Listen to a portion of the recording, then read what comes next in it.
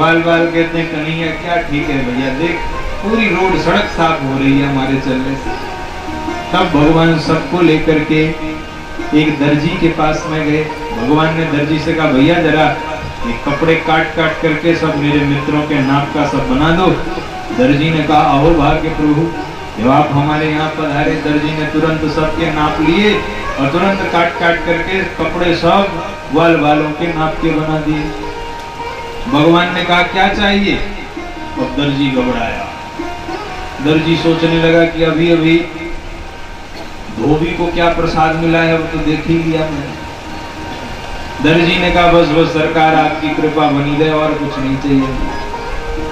भगवान ने कहा जाओ आशीर्वाद देते हैं, दिन दूने रात चौगुने तुम्हारी तरक्की ही होती जाएगी। भगवान का आशीर्वाद आज भी दर्जियों पर कितना फलीभूत हो रहा है। जितने का कपड़ा नहीं होता उससे ज्यादा की सिलाई हो जाती है। भगवान ने दर्जी के ऊपर कृपा करी। अब भगवान आगे बढ़े। ब्रजवासियों ने कहा कन्हैया ने एक सुंदर सुंदर माला और पड़ जाए फिर क्या पूछना। तथा सुदाम्नो भवनम मालाकारस्य जगमतु। भगवान सबको लेकर के सुदामा नाम के मालिक के यहाँ गए। उसने भगवान को खूब भगवान के ग्वाल बालों को खूब सुंदर सुंदर मालाएं पहनाई। भगवान ने कहा मित्रों अब तो सब ठीक है। ग्वाल बालों ने कहा कन्हैया आपको परम आनंद है, बस एक चीज की कमी और है, न थापक थोड़ा चंदन और हो जाए तो आनंद आ जाए। ब्रजवासियों को चंदन बड़ा प्रिय है। ब्रजवासियों में एक संप्रदाय ही है गलछप्पा संप्रदाय। जब तक पूरे मुख को पोत नहीं लेते तब तक उनको आनंद नहीं आता है। और इतने में भगवान ने देखा 3 जगह से टेढ़ी पूजा हाथ में चंदन का पात्र लेके चली आ रही है। भगवान ने कहा अरे सुंदरी।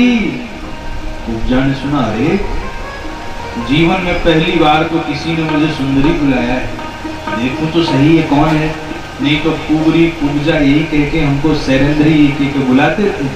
और जैसे ही उसने भगवान का स्वरूप देखा सब प्रसन्न चित्त हो गए। भगवान ने कहा सुंदरी ये चंदन जरा हमारे ग्वाल वालों के भी माथे पे पोत दो। कुब्जा ने कहा प्रभु अहो भाग्य। कुब्जा चंदन लेकर के आई और पूरे ब्रजवासियों के माथे पर चंदन पोत दिया। ब्रजवासियों ने कहा कन्हैया इसने अपना पूरा ही चंदन पोत दिया और तूने इसको कुछ इनाम भी नहीं दिया। अब ये बेचारी कंस के दरबार में जाएगी तो डांट और सुनना पड़ेगा इसको। भगवान ने कहा अच्छा। ब्रजवासियों ने कहा नेक इनाम दे दे भैया।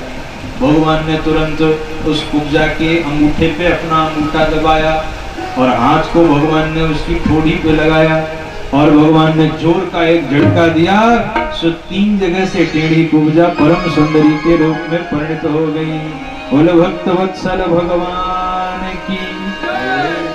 भगवान ने कुब्जा पर कृपा करी और कुब्जा पर कृपा करके भगवान और आगे चले। अब मथुरा का जो व्यापारी वर्ग है और व्यापारी आकर के भगवान को पान खिला रहे हैं। आइए आइए सरकार स्वागत है आपका, खूब स्वागत कर रहे हैं। लेकिन घर के भीतर कोई नहीं ले जा रहा है, स्वागत कर रहे बाहर से। सत्ता परिवर्तन का सबसे पहला संकेत व्यापारियों को ही मिलता है। व्यापारी समझ गए कि बालक बड़ा तेजस्वी है और कंस का वध करके अब मथुरा का राजा यही बनेगा, तो सिर्फ पहले से ही अपनी जान पहचान बनाने लगे। लेकिन घर के अंदर कोई नहीं जा रहा कि मान लो ना बने तो कंस हमें छोड़ेंगे नहीं कि तुम्ही ने अपने घर के अंदर बैठाया था। स्वागत तो खूब हो रहा है। इतने में भगवान श्री कृष्ण और बलराम कंस के सभागार में आ गए जहां कंस का धनुष रखा हुआ था। भगवान श्री कृष्ण दाऊ भैया से कहते हैं दाऊ भैया ने एक आदेश करो तो धनुष उठा के देखो। दाऊ भैया ने कहा उठा लो। तो जितने सभा में बैठे सैनिक थे हंसने लगे, कहते देखो ये नेक से छोरा है महाराज का धनुष उठाएंगे। तो भगवान को ऐसे कहा। सो भगवान ने बिना किसी प्रयास के करेण वामेन सलीलमुद्रतम, भगवान ने बाएं हाथ से बिना किसी प्रयास के धनुष को उठा लिया। तो सारे सैनिक आश्चर्यचकित टूट पड़े भगवान के ऊपर। भगवान ने धनुष का 2 खंड कर लिया, एक दाऊ भैया को दे दिया, एक अपने हाथ में ले लिया और मार मार करके भगवान ने सैनिकों को वहां से भगा दिया।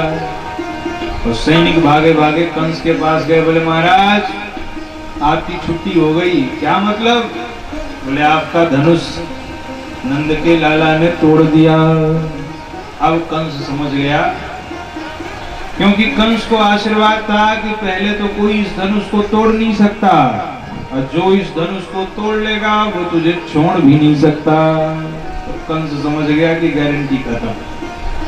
हक्का बक्का हो गया। कंस ने कहा पकड़ लो, नंद के लाला को पकड़ लो, उनके पिताजी को भी बंद कर दो, मेरे पिता को भी सबको जेल में डालो। दिमागी संतुलन खराब हो गया कंस का। इधर भगवान लौट करके आए, रात्रि को विश्राम किया, और प्रातः काल भगवान उस रंगशाला में प्रवेश कर रहे हैं। बोलो भक्त वत्सल भगवान की। गोस्वामी तुलसीदास जी लिखते हैं,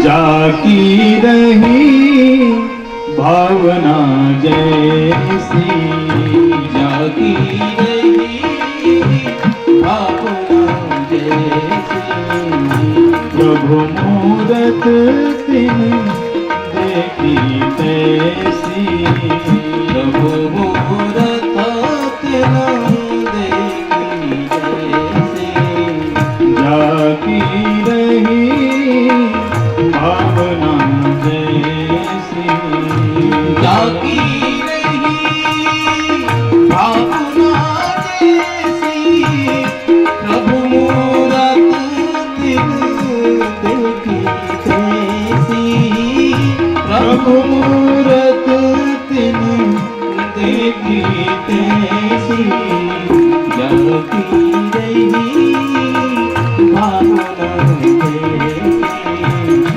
जाकी रही भावना जैसी, भावना जैसी, भावना। मल्लानां सनेन्द्रणां नरवरः स्त्रीणां स्वरो मूर्तिमान्, गोपानां स्वजनो सतां क्षितिभुजां शास्तारो शिशुः, मृत्योर्भोजपतेर्विराड विदुषां तत्त्वं परं योगिनां, वृष्णीनां परदेवतेति विदितो रंगं गतः साग्रजः।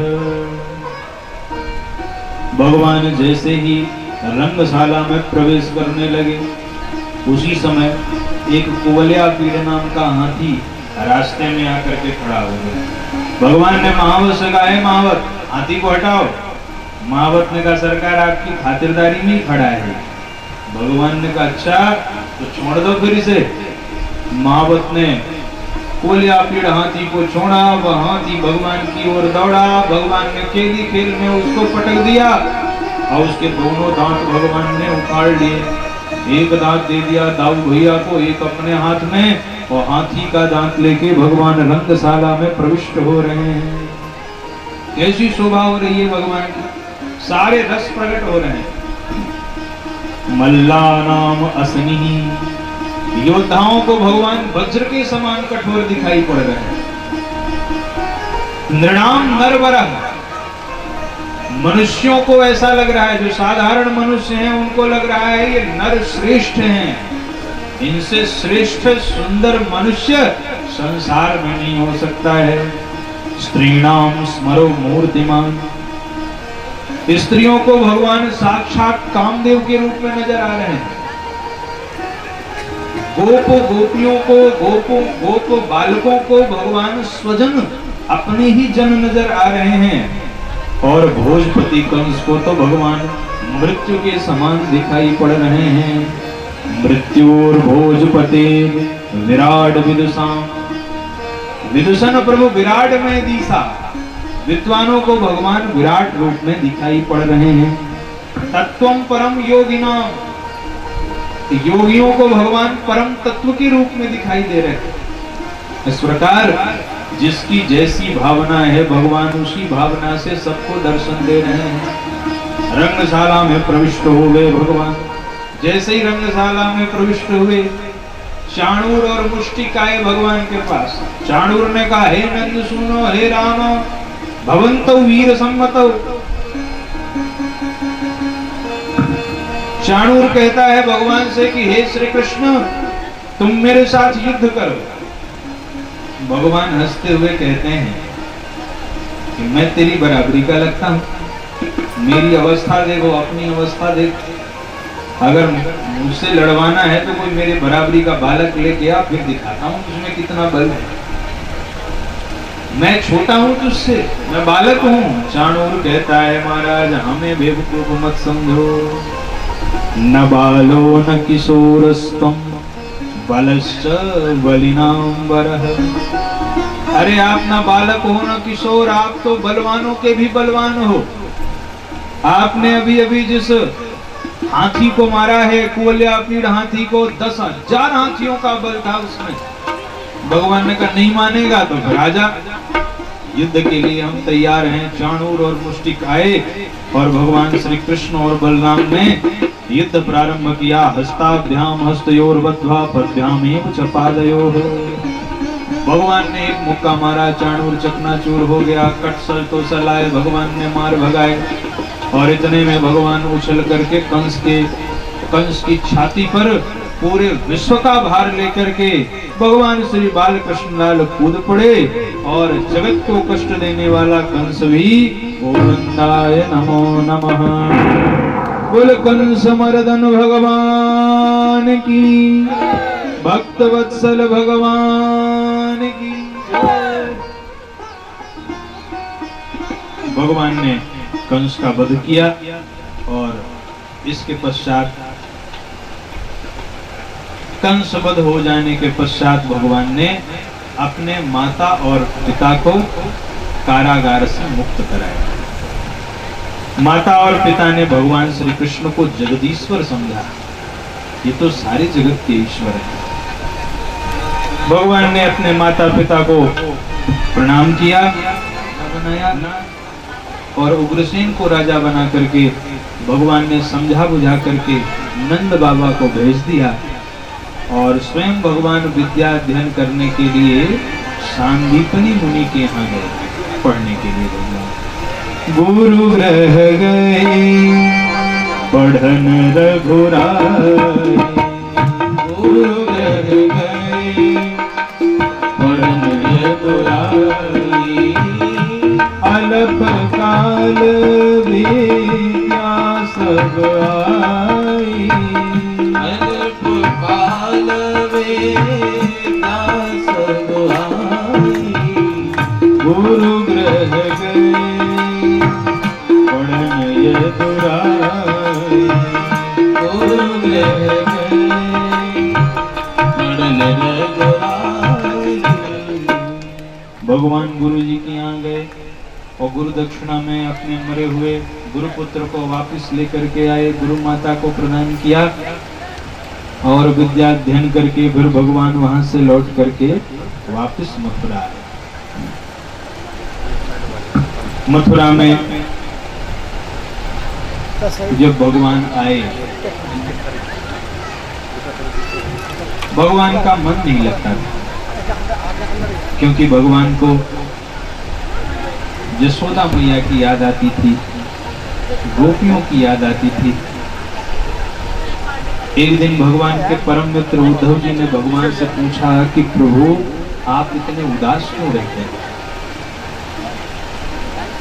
भगवान ने उद्धव जी से कहा, हे उद्धव जी महाराज, ब्रजवासी गोपियां मुझे याद करती हैं, मुझे मेरी माँ की याद आती है।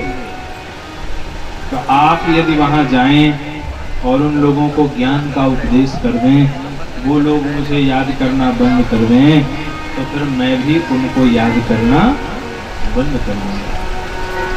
तो श्री उद्धव जी महाराज बड़े प्रसन्न मन से वृंदावन की यात्रा कर रहे हैं। उद्धव जी ने कहा, कन्हैया तुम चिंता मत करो, मैं अभी वृंदावन जाता हूँ, 2 घंटे में उनको ब्रह्म विद्या का उपदेश दे करके लौट करके आता हूँ। भगवान ने मन ही मन सोचा कि जाओ तो सही, फिर 2 घंटे में आओगे कि 6 महीने में आओगे, वो तो बाद में पता चलेगा। और जैसे ही देखिए, वृंदावन धाम की महिमा मुख से नहीं गाई जा सकती, अपार है वृंदावन धाम। आए थे 2 घंटे के लिए और पूरा पूरा 6 महीना वे वृंदावन में रहे। वृंदावन धाम कैसा है? वृंदावन धाम अपार।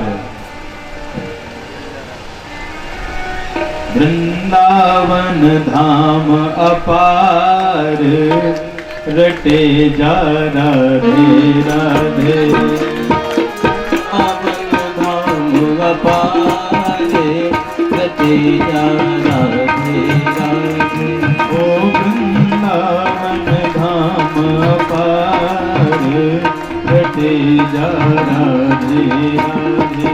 श्री वृंदावन धाम अपार, रटे जा राधे राधे। रटे जा राधे राधे, भजे जा राधे राधे। रटे जा राधे राधे, भजे जा राधे राधे। ओ वृंदावन धाम अपार, रटे जा राधे राधे। श्री वृंदावन धाम अपार, रटे जा राधे राधे। बोले वृंदावन धाम की।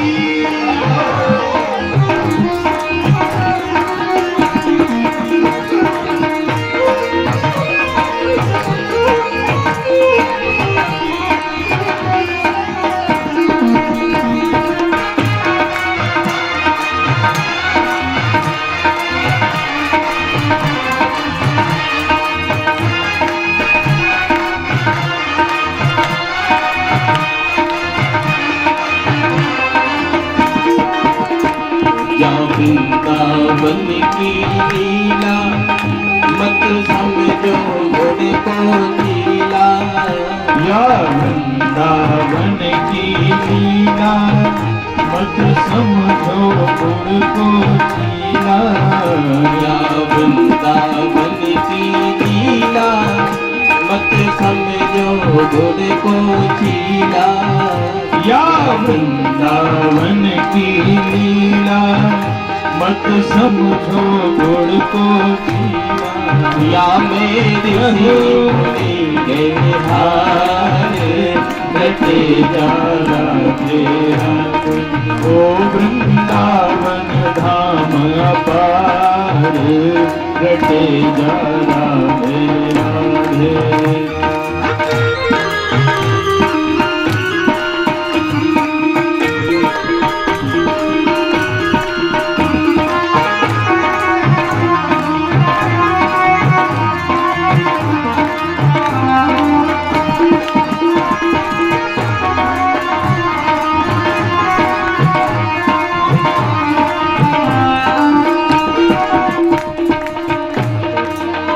वृंदावन की गलियां डोले, श्री राधे राधे बोले।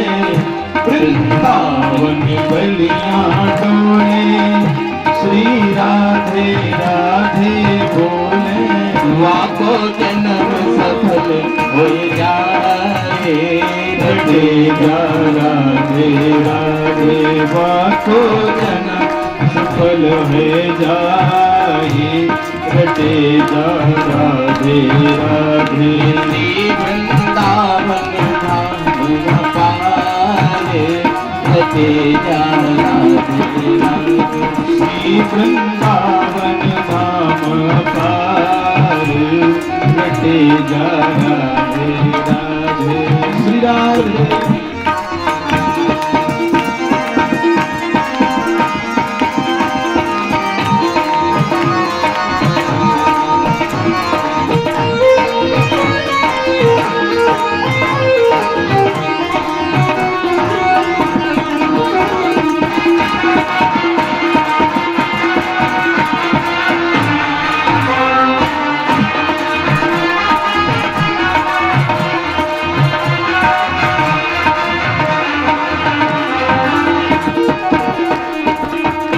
वृंदावन रास रचायो, शिव गोपी रूप बनायो वृंदावन रास रचायो शिव गोपी रूप बनायो वृंदावन रास रचायो शिव गोपी रूप बनायो वृंदावन रास रचायो शिव गोपी रूप बनायो वो सब देवन कर जयकारे तेरा राधे राधे श्री वृंदावन धाम पारे तेरा राधे राधे तेरा राधे राधे ओ भजे जा राधे राधे भजे जा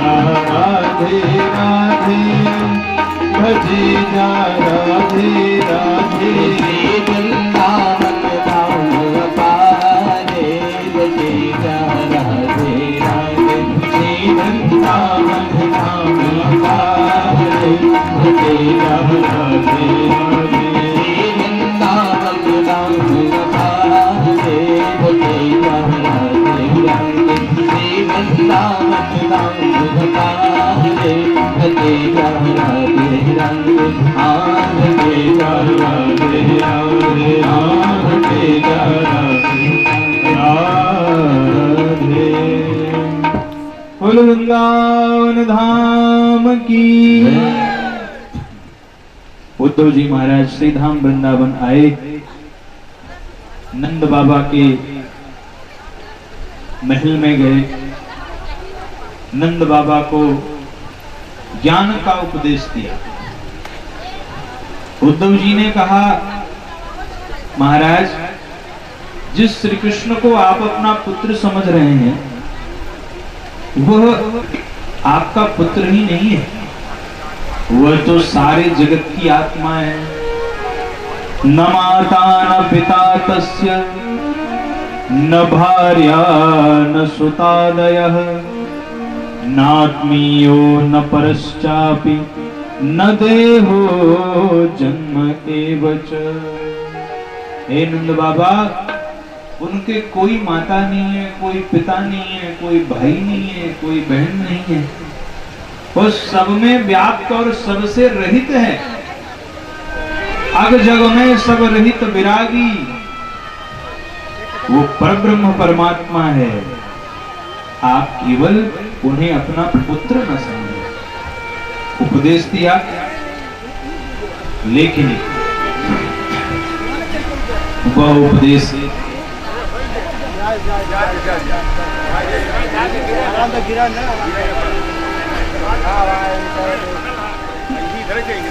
तब गोपियों की दृष्टि पड़ गई। गोपियों ने कहा, हम जानती हैं आप हमारे यदुनाथ के मित्र हैं।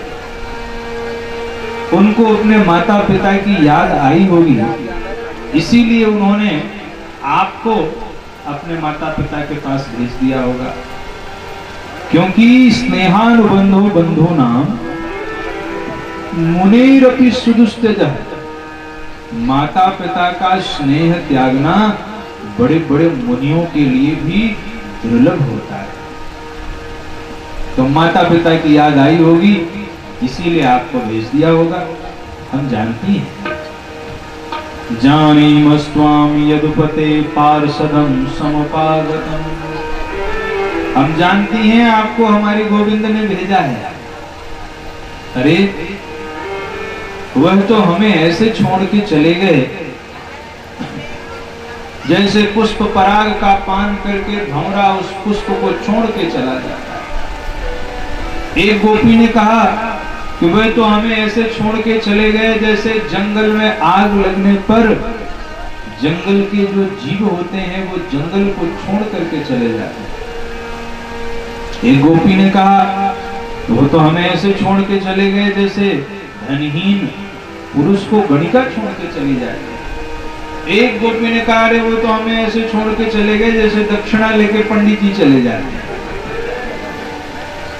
एक एक करके गोपियों ने इतने उदाहरण दिए और उद्धव जी महाराज एक टक उनकी बात को सुनते रहे कि जिसको मैं गांव की गंवार ग्वालिनियां समझ रहा था वो कैसे कैसे उदाहरण दे रहे हैं।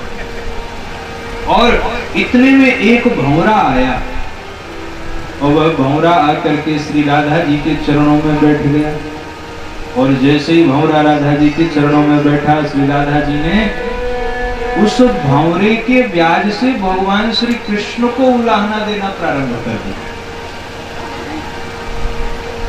श्री राधा जी कहती हैं, इसको भ्रमर गीत कहते हैं, जो भंवरे को देख करके गोपियों ने गाया है।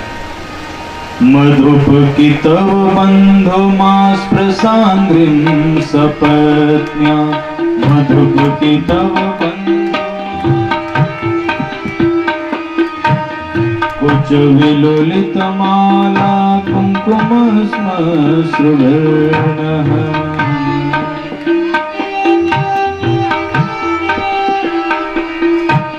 वह तु मधुपति स्तन्मानिनी नाम प्रसादम,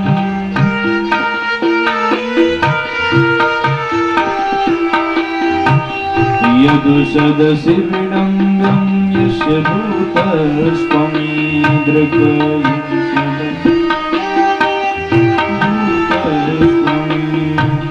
मधुप की तव बंधो, मधुप की तव बंधो, मधुप की तव बंधो, मधुप की तव बंधो मास प्रसांद्रिम सपत्न्या। गोपियां कहती हैं, राधा जी कहती हैं, अरे तू काला है तो उसी काले कपटी का मित्र होगा। उद्धव जी ध्यानपूर्वक देख रहे हैं कि बात किससे कर रही, और ध्यानपूर्वक देखा तो एक भंवरा किशोरी जी के चरणों में बैठा हुआ। किशोरी जी कहती है, जितने काले होते हैं सब कपटी होते हैं कृष्ण के जैसे। जैसे कृष्ण कपटी है ना, ऐसे ये भंवरा भी कपटी है। अरे कहां तो सुनाए उनकी कपट कथा। दो भाइयों का झगड़ा था और दो भाइयों के झगड़े में ये कूद पड़ और एक भाई को व्याध की जैसे मारा। मृगोयुरिव कपिंद्रम दिव्य धेलुभ्यधर्मा, बाली को इन्होंने व्याध के जैसे मार दिया। और उद्धव जी सुन रहे, राम राम, मैं तो इनको ऐसे अनपढ़ समझ रहा था कि गांव की गंवार होंगी, इनको कुछ नहीं आता होगा। और इनको पता है कि भगवान श्री कृष्ण ही राम थे। भगवान श्री राम ने बाली का वध किया, उस रहस्य का इनको ज्ञान है। श्री राधा जी ने आगे कहा, अरे इनकी एक ही कपट कथा नहीं है। एक बेचारी शूर्पणखा इनसे विवाह करने के लिए आई थी और इन्होंने उस बेचारी के नाक कान काट लिया। विवाह नहीं किया सो और उसके नाक कान और काट दिए। और ये भिखारी बन के गए थे राजा बलि के दरबार में। उसको क्या पता था कि उसका सर्वस्व हर लेंगे। बामन बन के गए, वो विराट बन गए और बेचारे को भिखारी बना दिया। इनकी कपट कथा आज की नहीं है, इनकी कपट कथा तो जन्मों जन्मों की है।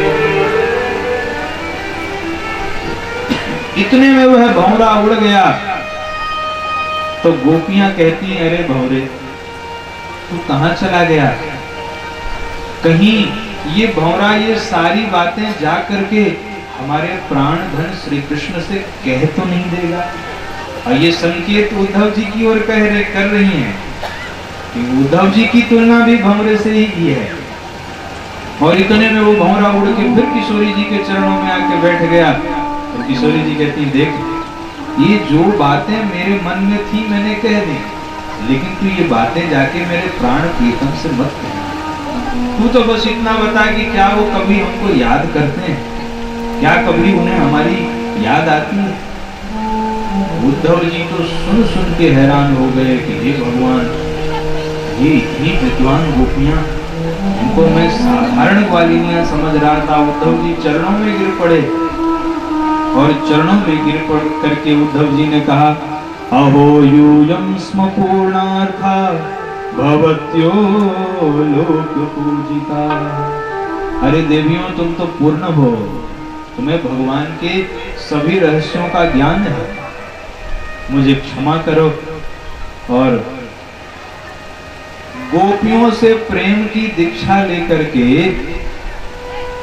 उद्धव जी महाराज 6 महीने वृंदावन में रुके रहे। 6 महीने तक उनको होश नहीं रहा। तो 6 महीने के बाद जब लौट करके आए, भगवान ने कहा मित्र तुम तो 2 घंटे की कह के गए थे, तुम्हें आने में तो 6 महीना बीत गया। उद्धव जी ने कहा आप हमसे बात मत कर। भगवान ने कहा क्या हुआ? बोले आप इतने कपटी हैं, हमको आज पता चला। अरे वो गोपियां आपसे इतना प्रेम करती हैं और आप हम सब गोपियों को, नंद बाबा को, यशोदा मैया को, ग्वाल वालों को छोड़ के यहाँ बैठे।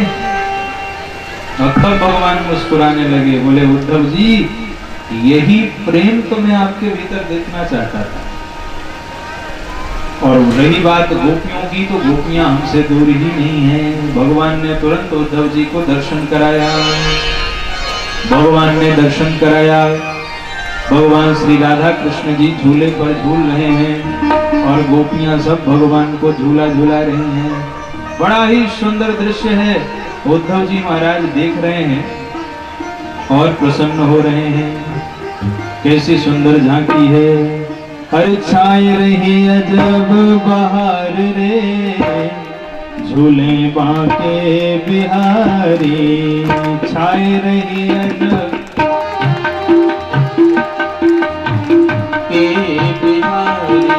बांके बिहारी, झूले कुंज बिहारी। बांके बिहारी झूले कुंज बिहारी। छाए रही अजब बहार रे, झूले बांके बिहारी। छाए रही अजब बहार रे, झूले बांके बिहारी।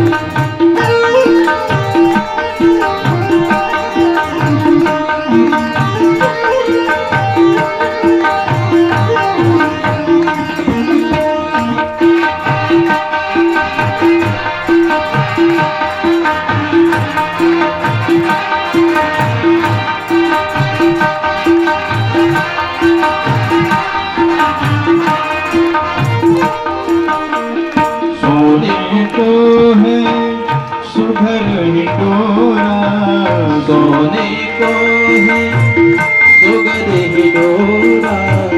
साज सजो सुंदर अनमोला। साज सजो सुंदर अनमोला। झूला झूलावे ब्रज नार रे, झूले बांके बिहारी। झूला झूलावे ब्रज नार रे, झूले बांके बिहारी। छाए रही अजब बहार रे, झूले बांके बिहारी। छाए रही अजब बहार रे, झूले बांके बिहारी।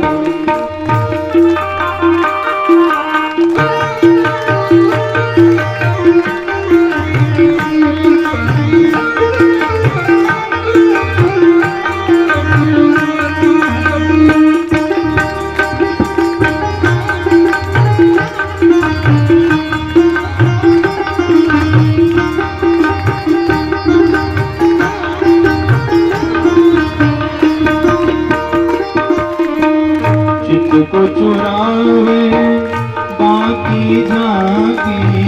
चित्त को चुरावे बाकी झांकी। सूरत मूरत अजब अदा की। सूरत मूरत अजब अदा की। बढ़ रही हर फुहार रे, झूले बांके बिहारी। पड़े रही अतरे फुहार रे, झूले बांके बिहारी। छाए रही अजब बहार रे, झूले बांके बिहारी हो छाए रही जब बहार रे झूले बांके बिहारी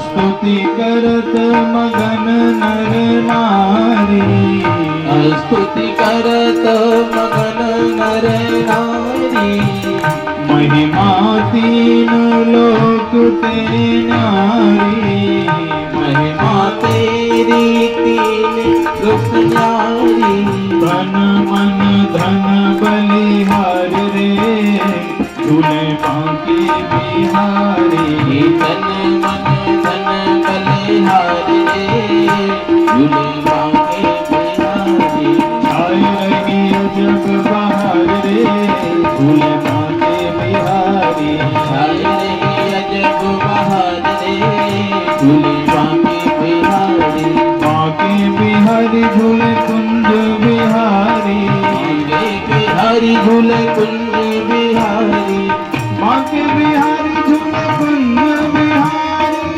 बांके बिहारी झूले कुंज बिहारी बांके बिहारी झूले कुंज बिहारी कुंज बिहारी झूले कुंज बिहारी कुंज बिहारी झूले कुंज बिहारी छाए रही जग बहार रे झूले बांके बिहारी छाए रही जग बहार रे झूले बांके बिहारी छाए रही जग बहार रे झूले बांके बिहारी छाए रही जग बहार रे झूले बांके बिहारी झूले बांके बिहारी झूले बांके बिहारी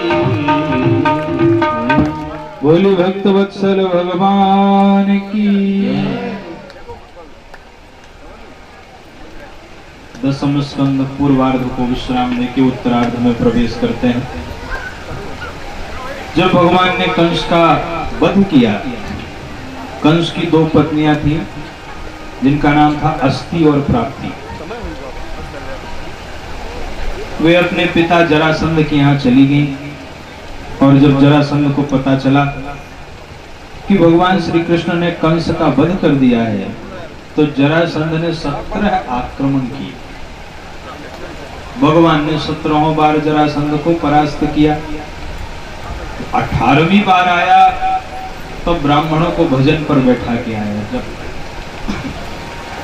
कि अगर हम इस बार युद्ध में जीत के आए तो विप्र देवताओं तुम्हें खूब दक्षिणा देंगे, तो अगर इस बार युद्ध में हार गए तो हम तुम्हें छोड़ेंगे नहीं। तो ब्राह्मणों की रक्षा के लिए भगवान रणभूमि छोड़ करके भाग गए, इसीलिए भगवान का एक नाम रणछोर भी हुआ। भगवान रणछोर के दाऊ भैया ने कहा कन्हैया लोग आपको तो क्या फर्क पड़ता है, भक्तों की रक्षा के लिए तो मैं कोई भी नाम स्वीकार कर सकता हूँ।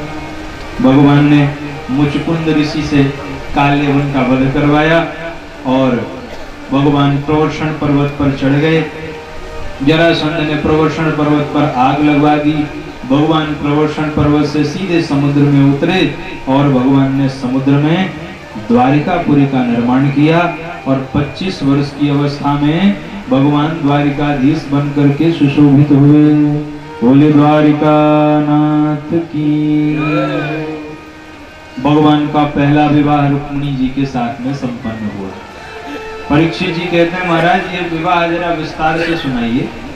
हमने सुना है कि भगवान भीष्मक सुताम रुक्मिणी रुचिरानना राक्षसेन विधानेन उपयेम इति श्रुतम। हमने सुना है कि भगवान ने राक्षसेन विधानेन, इस विधान से भगवान ने रुक्मिणी मैया से विवाह किया था। विस्तार से हमें यह कथा सुनाई। भगवान सुखदेव जी कहते हैं, राजन, विदर्भ देश के राजा थे जिनका नाम था भीष्मक। उनके 5 पुत्र थे और एक ही कन्या थी जिसका नाम था रुक्मिणी। भीष्मक जी महाराज अपनी कन्या का विवाह द्वारिकाधीश से करना चाहते थे, लेकिन रुक्मिणी भगवान श्री कृष्ण से द्रोह रखता था। इसलिए रुक्मिणी जी का विवाह शिशुपाल के साथ निश्चित कर दिया।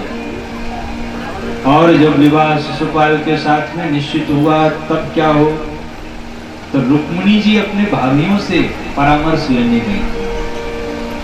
रुक्मिणी मैया की जो भाभियां थी, उन्होंने कहा, आप एक प्रेम पत्र लिखिए और वह पत्र किसी पंडित जी के द्वारा द्वारिकाधीश तक भिजवाइए। रुक्मिणी मैया ने भाव भरा एक पत्र लिखा और पत्र लिख करके पंडित जी के द्वारा उस पत्र को द्वारिका भिजवा दिया। पंडित जी पत्र लेकर के द्वारिका में आए, भगवान के पास भगवान को पत्र दिया, बोले सरकार आपको, आपके लिए पत्र आया है। भगवान ने कहा, ब्राह्मण देवता, आप जैसे ब्राह्मणों से कुछ छिपा थोड़ी है, आप ही पढ़िए इस पत्र में क्या लिखा है। पंडित जी ने कहा, प्रभु आपका पर्सनल प्राइवेट निज पत्र है, अब मैं कहां से पढ़ूं। अरे बोले आप पढ़िए क्या लिखा है इसमें। तो उस पत्र में रुक्मिणी मैया लिख रही हैं, श्रुत्वा गुणान् भुवन सुंदर शृण्वतां ते निर्विश्य कर्ण विवरे हरतोऽङ्गतापम् रूपं दृशां दृशिमतामखिलार्थलाभं त्वय्यच्युता विशति चित्तम पत्रपम में। रुक्मिणी मैया पत्र में लिख रही हैं कि हे प्रभु, मैंने अब तक आपको देखा तो नहीं है, लेकिन आपके बारे में सुना है। श्रुत्वा गुणान, और आपके बारे में सुन सुन करके आपकी छवि मेरे हृदय में अंकित हो गई है। इसीलिए मैं आपसे विवाह करना चाहती हूँ। रुक्मिणी मैया कह रही हैं, आप सोच रहे होंगे कि अभी तक मिले भी नहीं हो, विवाह की बात, विवाह का पत्र पहले लिख दिया। तो प्रभु उसका कारण ये है कि शिशुपाल परसों ही बारात लेकर के आया है, और इससे पहले कि शेर का भाग गीदड़ लेकर के चला जाए, आइए और वीरता का शुल्क देकर के हमें ले जाइए। और मेरा हठ है, या तो आपसे विवाह करूंगी, नहीं तो कुंवारी ही रह जाऊंगी। आपको जब आप आएंगे तो हमारे यहाँ एक परंपरा है कि कन्या विवाह के पूर्व कुल देवी की पूजा करने के लिए जाती है। तो मैं कुल देवी की पूजा के लिए जब जाऊंगी, पार्वती मैया का पूजन करने जब जाऊंगी, आप उसी जगह मिल जाना और उसी जगह मैं आपके साथ बैठ के चली आऊंगी। अंतःपुरांतरचरी मनिहत्य बंधु, मेरे भाइयों को मारना नहीं आपको, क्योंकि शादी विवाह में अगर युद्ध हो जाए, मारपीट हो जाए तो अच्छा नहीं लगता है। इसलिए आपको उपाय बता रही हूँ। रुक्मिणी मैया का जब पत्र पढ़ा भगवान ने, तो भगवान बड़ी देर तक सोचते रहे। पंडित जी ने कहा, क्या हुआ प्रभु, आप बड़ी देर से सोच रहे हैं। भगवान ने कहा, पंडित जी बात यह है कि जो हाल देवी जी का है वही हाल हमारा भी है। हमने भी रुक्मिणी के सौंदर्य की ऐसी चर्चा सुनी है, तथा हम तच्चित्तो निद्राम च न लभेनिसी। भगवान कह रहे हमें भी रात्रि में नींद नहीं आती। पंडित जी ने कहा, महाराज फिर तो सोने पे सुहागा है, फिर देर क्यों कर रहे हैं। भगवान ने कहा, हम देर कहाँ कर रहे हैं, चलो तैयार हो जाओ। तुरंत अपना रथ तैयार किया, भगवान रथ पर बैठे, पंडित जी को बैठाया और कुंडनपुर के लिए निकल पड़े भगवान। इतने में दाऊ भैया आ गए। दाऊ भैया ने आवाज लगाई, कन्हैया, और भगवान सुन ही नहीं पाए, भगवान का रथ आगे निकल गया। दाऊ भैया ने सैनिकों से पूछा, ये द्वारिकाधीश कहाँ गए? सैनिकों ने कहा, महाराज हमें नहीं पता। हमें इतना पता है कि कुंडनपुर से पंडित जी आए थे पत्र लेकर। दाऊ भैया ने कहा, तो बाकी का हमें पता चल गया। वहां की राजकुमारी का विवाह है और हो ना हो दाल में कुछ काला जरूर है। एक काम करो, पूरी नारायणी सेना को तैयार करो, हम भी बाराती बन करके चलेंगे। पीछे से दाऊ भैया पूरी नारायणी सेना लेके चल पड़े। अब इधर बारात आ गई है और रुक्मिणी मैया हैरान परेशान है कि हे भगवान, इधर तो शिशुपाल बारात लेके आ गया और उधर पंडित जी का कोई अता ही पता नहीं। ना तो पंडित जी आए और न द्वारिकाधीश की कोई खबर लेके आए। हे भोलेनाथ, बड़े सोमवार के व्रत किए हैं, सारे व्रत का फल यही दे दीजिए कि पंडित जी बस आ जाए, कोई अच्छा सा समाचार दे दें। और इस प्रकार रुक्मिणी मैया सोच ही रही थी कि इतने में पंडित जी मंद मंद मुस्काते डंडा घुमाते चले आए। बोली, ब्राह्मण देवता कृपा करके बताइए द्वारिकाधीश ने क्या समाचार दिया? पंडित जी ने कहा, बिटिया समाचार तो उन्होंने कुछ नहीं दिया। रुक्मिणी मैया और हैरान हो गई, हे भगवान, इधर बारात आ गई, उन्होंने समाचार ही नहीं दिया। पंडित जी कहते, बिटिया चिंता मत करो, मैं तो उनको लेकर के ही आया हूँ।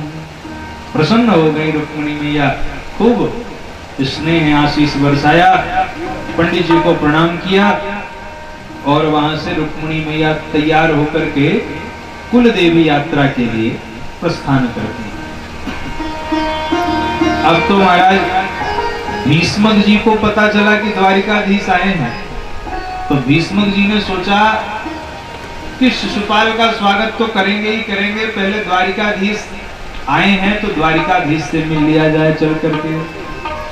अब महाराज भीष्मक सैनिकों के साथ शिशुपाल के जगह गोपाल के पास आ गए और जो सैनिक थे उनको संशय हो गया। सैनिकों को लगा कि हो सकता है कि दूल्हा सरकार यही हैं। तो क्या हुआ, बोले जो सगाई का सामान चढ़ना था शिशुपाल को वो चढ़ा दिया गोपाल को, भगवान के ही चरणों में समर्पित। अरे भगवान ने कहा इसकी क्या आवश्यकता थी? और भीष्मक जी महाराज भी मना कर रहे हैं कि मूर्खों ये क्या कर रहे हो, ये दूल्हा सरकार नहीं है। भीष्मक जी ने भगवान को अपने रथ पर बैठाया और रथ पर बैठा करके जब चलने लगे तो जो माताएं हैं वो एक बूढ़ी अम्मा तो यहाँ तक कह रही है कि हमारा सारा पुण्य चला जाए पर हमारी रुक्मिणी बिटिया को तो यही पति के रूप में यही प्राप्त हो जाए। बोलो भक्त वत्सल भगवान की। अब जब सब इस प्रकार कहने लगे, भीष्मक जी महाराज को लगा कि अगर मैं इनको ज्यादा देर तक अपने पास साथ रखूंगा तो सबको यही लगने लगेगा कि दूल्हा सरकार यही है। और इधर भगवान को भी लग रहा है कि उधर रुक्मिणी जी इंतजार कर रही होंगी। तो भगवान ने भीष्मक जी से कहा, महाराज अब आज्ञा दीजिए। भीष्मक जी ने कहा, बड़ी कृपा करी, जो आप पधारे ऐसे ही कृपा करते रहे। भगवान ने कहा, चिंता न करें, ठाकुर जी की कृपा रही तो बस अब आना जाना लगा ही रहेगा। भगवान इस प्रकार से बोल के आगे बढ़ गए।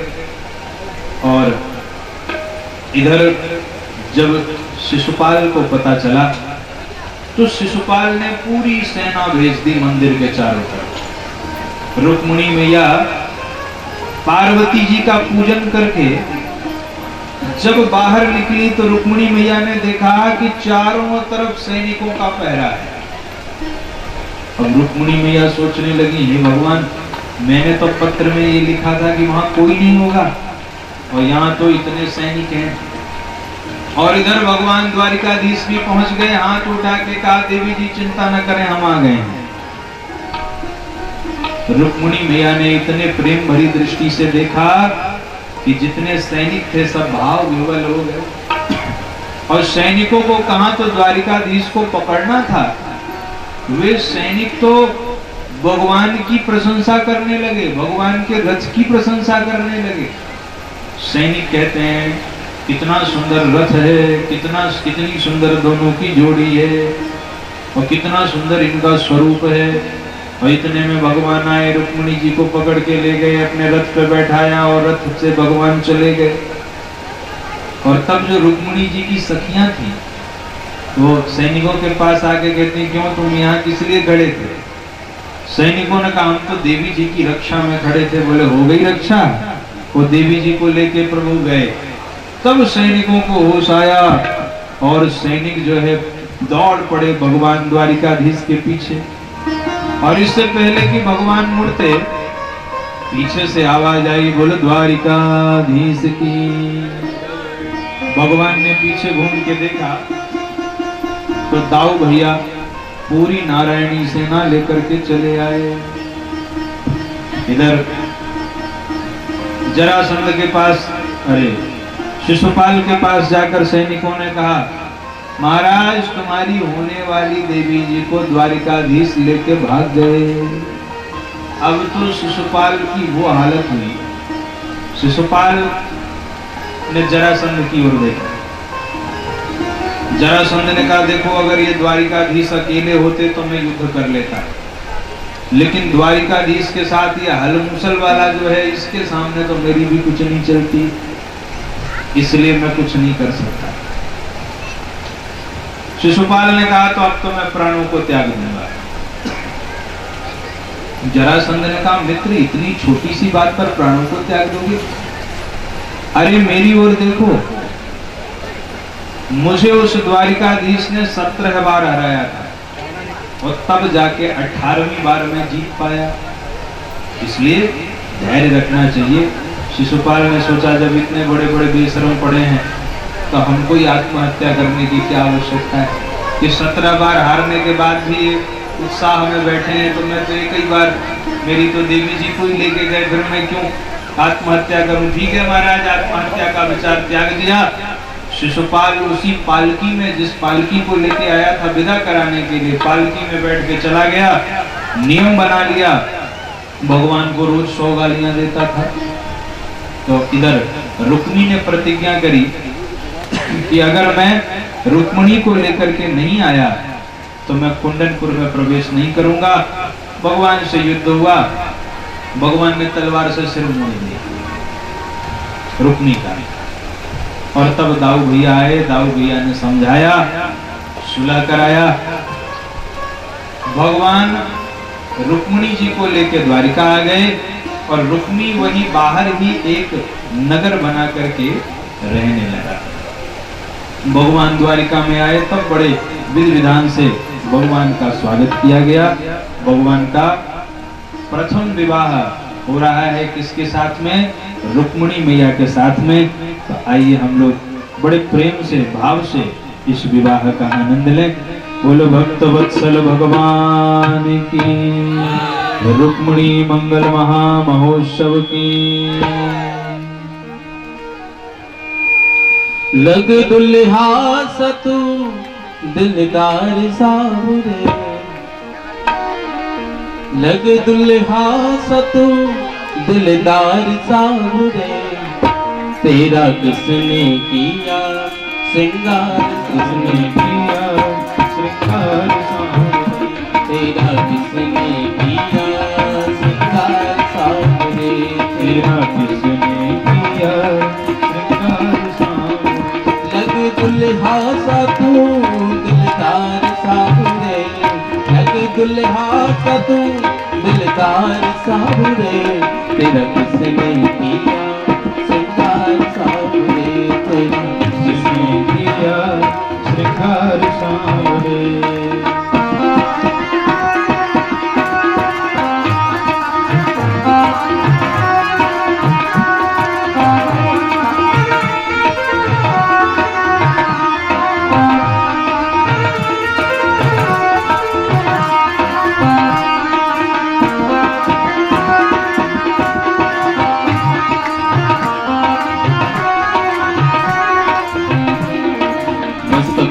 मलया गिर चंदन केसर तिलक लगाया, मस्तक पर मलया गिर चंदन केसर तिलक लगाया, वो मस्तक पर मलया गिर चंदन केसर तिलक लगाया, मस्तक पर मलया गिर चंदन केसर तिलक लगाया, और मुकुट कानों में कुंडली इत्र बहुत बरसाया, और मुकुट कानों में कुंडल इत्र बहुत बरसाया, महकता रहे वो दरबार सावरे, महकता रहे वो दरबार सावरे, हो तेरा किसने किया श्रृंगार सावरे, तेरा किसने किया श्रृंगार सावरे।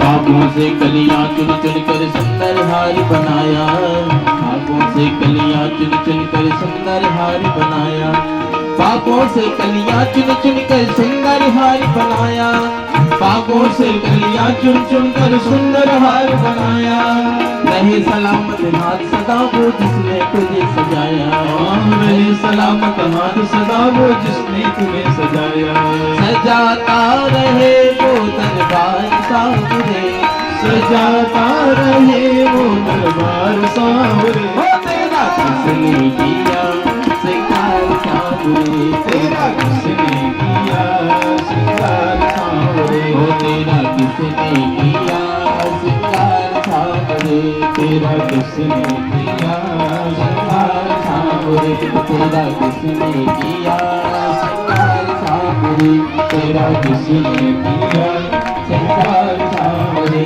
तेरा किसने किया श्रृंगार सावरे, तेरा किसने किया श्रृंगार सावरे, तेरा किसने किया श्रृंगार सावरे, हाँ श्रृंगार सावरे, ओ श्रृंगार सावरे, हाँ श्रृंगार सावरे। देखिए अभी आप सब लोग ना खड़े रहें, कृपया आप लोग बैठ जाएं, सभी लोग बैठ जाइए, सभी लोग को पहनाओ जयमाला, पहनाओ जयमाला, सिरिये दुबर कोमल कमल नयन को पहनाओ जयमाला, पहनाओ जयमाला, यह पुण्य मुहूर्त स्वर्ण अवसर मिलने की आने वाला, पहनाओ जयमाला, पहनाओ आओ मेरी सखियों मुझे मेहंदी लगा दो, आओ मेरी सखियों मुझे मेहंदी लगा दो, मेहंदी लगा दो मुझे सुंदर सजा दो, मेहंदी लगा दो मुझे सुंदर सजा दो, मुझे शाम सुंदर की दुल्हन बना दो, मुझे श्याम सुंदर की दुल्हन बना दो, आओ मेरी सखियों मुझे मेहंदी लगा दो, आओ मेरी सखियों मुझे मेहंदी लगा दो, मेहंदी लगा दो मुझे सुंदर सजा दो, मेहंदी लगा दो मुझे सुंदर सजा दो, मुझे शाम सुंदर की दुल्हन बना दो, मुझे श्याम सुंदर की दुल्हन बना दो।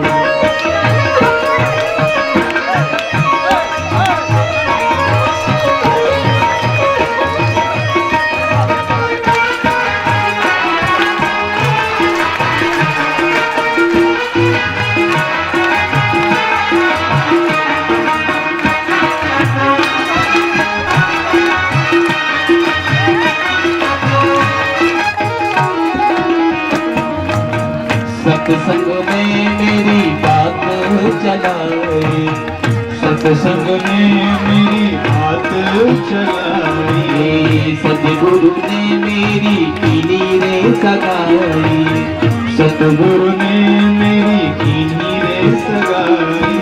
उनको बुला के हथेलीवा तो करा दो, उनको बुला के हथेलीवा तो करा दो, मुझे श्याम सुंदर की दुल्हन बना दो, मुझे श्याम सुंदर ऐसी तरह करो दुल्हा जो बहू न छूटे, ऐसी पहनू चूड़ी जो रंग लाल छूटे, ऐसी पहनू चूड़ी जो रंग लाल छूटे, ऐसा बनो दुल्हा जो कबो न छूटे, ऐसा बनो दुल्हा जो बहू न छूटे। अटल मेरी की दुल्हन बना दो, मुझे श्याम सुंदर की दुल्हन बना दो। हो आओ मेरी सखी मुझे मेहंदी लगा दो, आओ मेरी सखियों मुझे मेहंदी लगा दो, मेहंदी लगा दो मुझे सुंदर सजा दो, मेहंदी लगा दो मुझे सुंदर सजा दो, मुझे श्याम सुंदर की दुल्हन बना दो, मुझे श्याम सुंदर की मुझे श्याम सुंदर की दुल्हन बना दो, मुझे श्याम सुंदर की मुझे श्याम सुंदर की दुल्हन बना दो, मुझे श्याम सुंदर की दुल्हन बना दो, मुझे श्याम सुंदर की दुल्हन बना दो। शाम की शादी है हो, शाम की शादी है मेरे घर, शाम की शादी है आज मेरे शाम की शादी है, आज मेरे शाम की शादी है।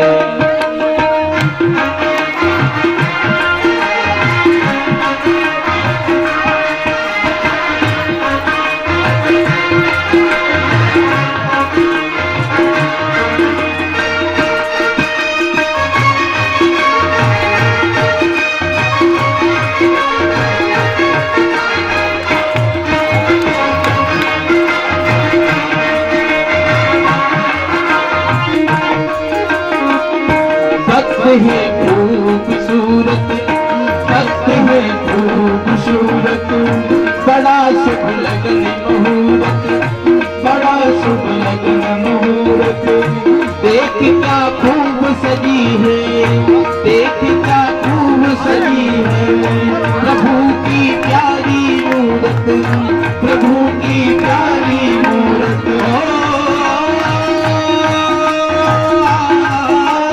अंबर से फूलों की बरसात निराली है, आज मेरी शाम की शादी है, आज मेरी शाम की शादी है।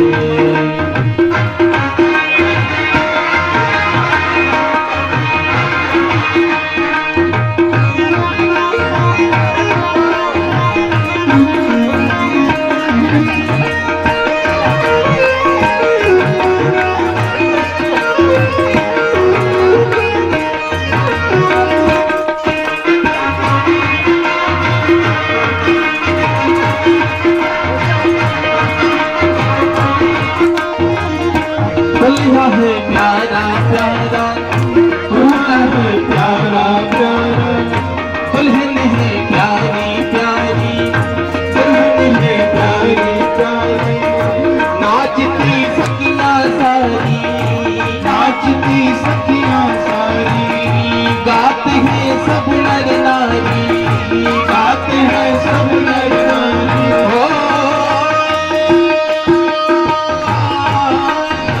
लक्ष्मी संग विष्णु जी की भगवान की शादी है, आज मेरे शाम की शादी है, आज मेरे शाम की शादी है, शाम की शादी है मेरे घर, शाम की शादी है, ओ शाम की शादी है मेरे घर, शाम की शादी है आज मेरे शाम की शादी है।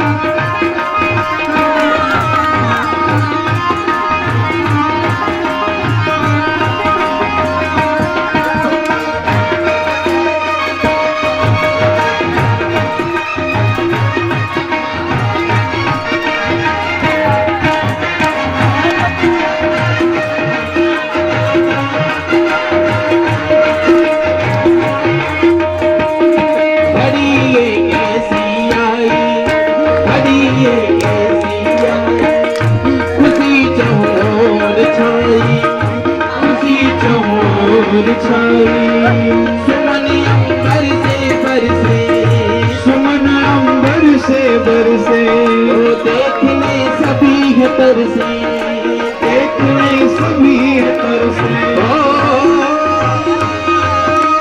शाम की साथी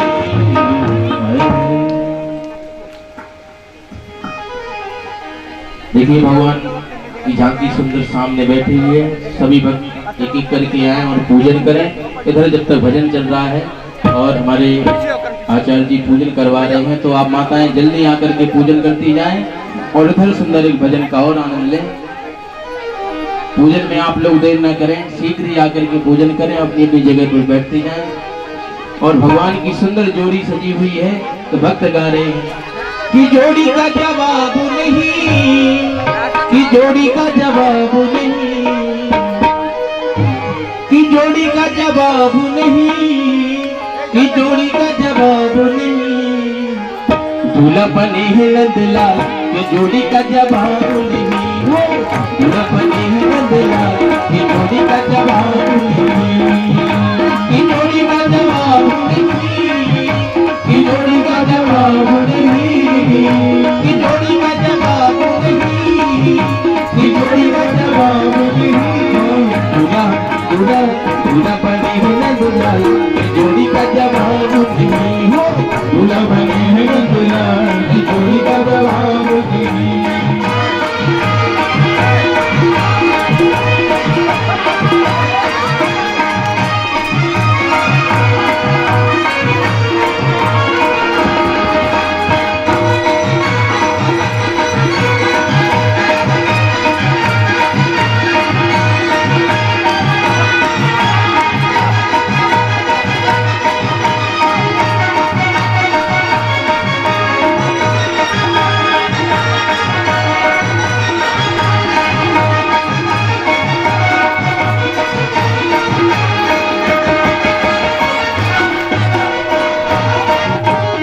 रुक्मणी जी है कुंदनपुर की, रुक्मणी जी है कुंदनपुर की, रुक्मणी जी है कुंदनपुर की, रुक्मणी जी है कुंदनपुर की।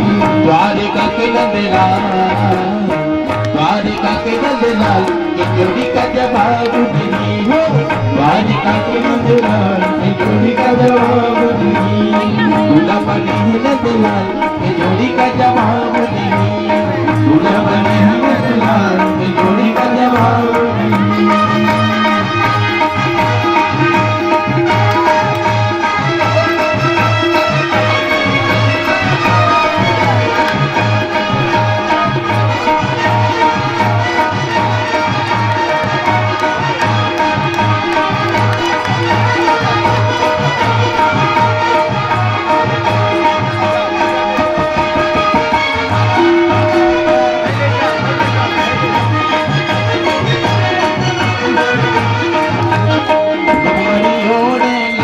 चुनरिया, रुक्मणी ओढ़े लाल चुनरिया, रुक्मणी ओढ़े लाल चुनरिया, रुक्मणी ओढ़े लाल चुनरिया। दूल्हा बने हैं नंदलाल, वो जोड़ी का जवाब नहीं।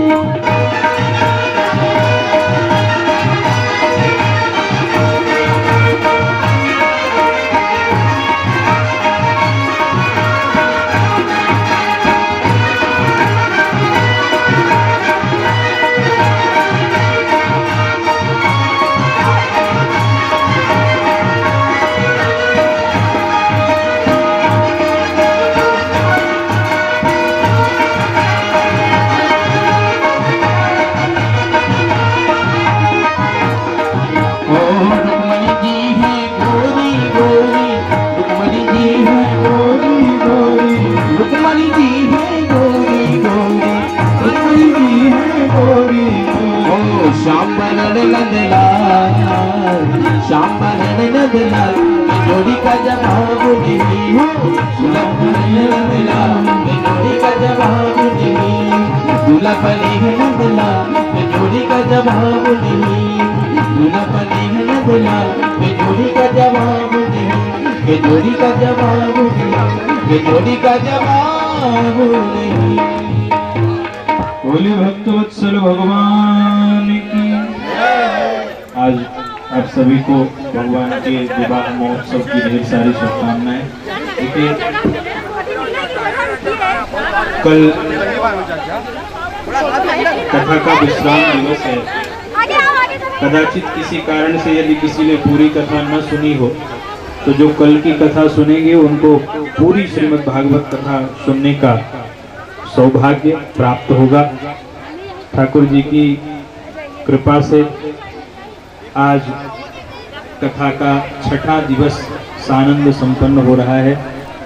हमारे मुख्य यजमान श्री लालमणि पांडे जी एवं इस कथा के आयोजक श्री कुलदीप पांडे जी जो यजमान जी के ज्येष्ठ पुत्र हैं, आपको और आपके पूरे परिवार को भगवान के विवाह महोत्सव की ढेर सारी शुभकामनाएं। और कल ठीक इसी समय पे हम लोग कथा का आनंद लेंगे। कल कथा का विश्राम दिवस है, तो अभी जिन्होंने पूजन नहीं किया है वो करते जाएंगे और शेष हम लोग आरती करेंगे। कल की आरती कुछ विशेष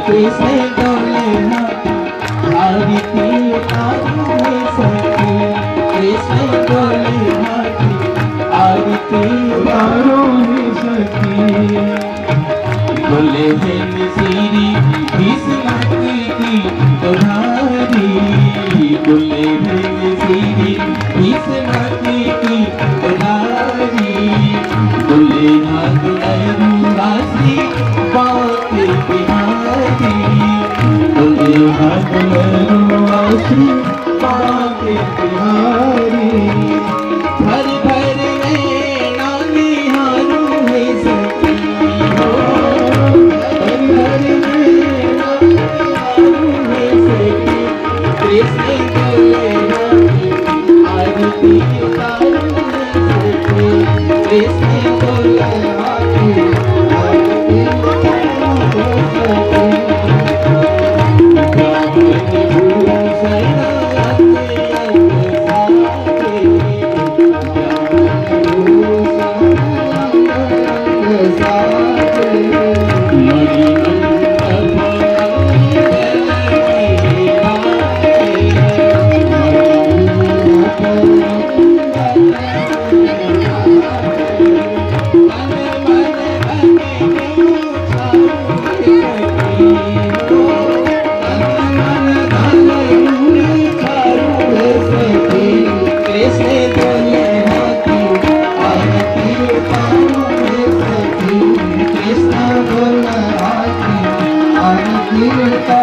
भूषण रस पर सत रस कन सुख भारी, रस पर सत रस कन सुख भारी, मुस्किन मन मधुर मनहारी, मुस्किन मन पल पल छिने भूला सारू में सखी हो,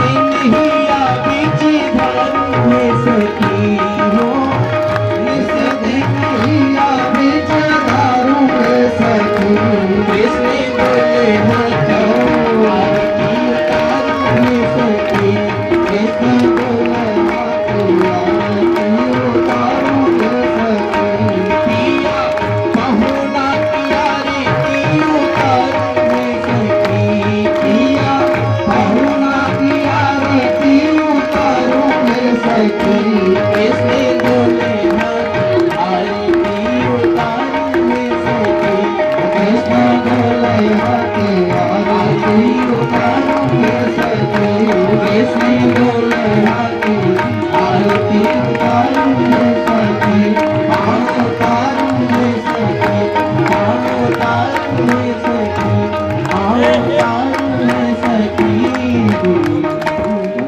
सिंधुकरणं पुष्पदेवादिमण्डलं श्रीकृष्णदेवताभ्यो नमः श्री प्राण पुरुषोत्तमाय नमः आरार्तिक्यं समर्पयामि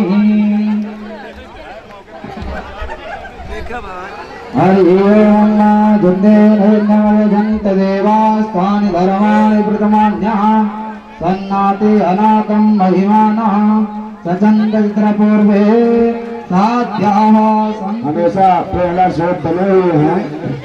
उनके पुत्र आशुतोष पांडे व बेटी पांडे के द्वारा आज का ये प्रसाद वितरण समारोह हो रहा है, जो कि उनकी बहुत दिनों से ये दिली इच्छा थी कि हम अपने यहाँ भागवत का आयोजन करें, लेकिन शायद ईश्वर को ये मंजूर नहीं था, ये आयोजन वो नहीं कर पाए। लेकिन उनके प्रेरणा से हम लोग आज बच्चे एक जगह बैठे रहे। बच्चे अगर इधर उधर करेंगे तो उनका गिफ्ट आज कट जाएगा फिर से।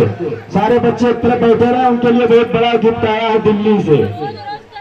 सबको प्रसाद दीजिए, फल और जलेबी,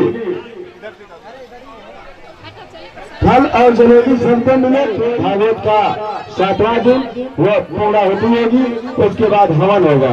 तो कल थोड़ा सा टाइम लग सकता है, तो आप सुनिए। अजीब 10-12 लोग लगे रहो, सबके पास प्रसाद पहुंचाओ।